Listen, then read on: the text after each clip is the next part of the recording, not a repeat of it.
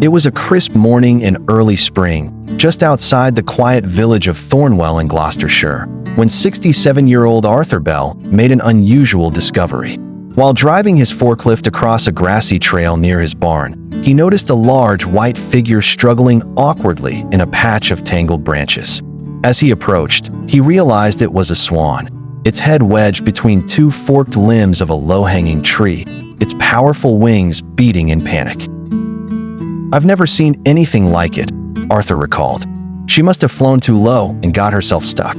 Gently and without hesitation, Arthur used his forklift to lift the tree limb just enough to free the distressed bird.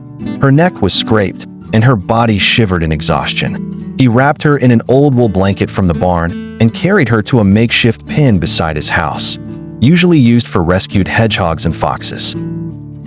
Over the next several weeks, Arthur hand-fed her fish, grains, and fresh water. He spoke to her softly as he changed her bandages, calling her Gracie, a name that somehow seemed to fit her gentle spirit. Bit by bit, she began to recover. Her feathers regained their brightness, her eyes sparkled again, and one morning, she began stretching her wings in wide, graceful arcs. It was late April when Gracie took her first flight from the yard, circling the nearby pond. Arthur watched, fearing she might leave and never return.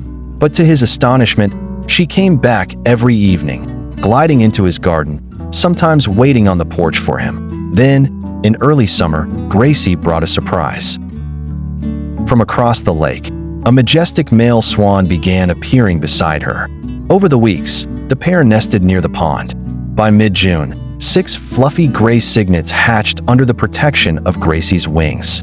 Arthur would often sit nearby, watching with quiet joy as the little family paddled around the water.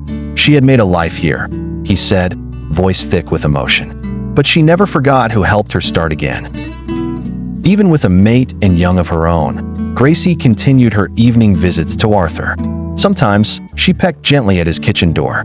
Other times, she'd rest near his feet as he sat with a cup of tea, watching the sunset over the hills. Now a year has passed. Gracie's young ones have grown and begun exploring the wider waterways, but she remains near, loyal to the man who saved her life. Arthur calls her his feathered daughter and swears she understands every word he says. In a world so often rushed and disconnected, this simple bond between man and swan reminds us of something essential. Compassion, once given, can ripple across lives, sometimes with wings.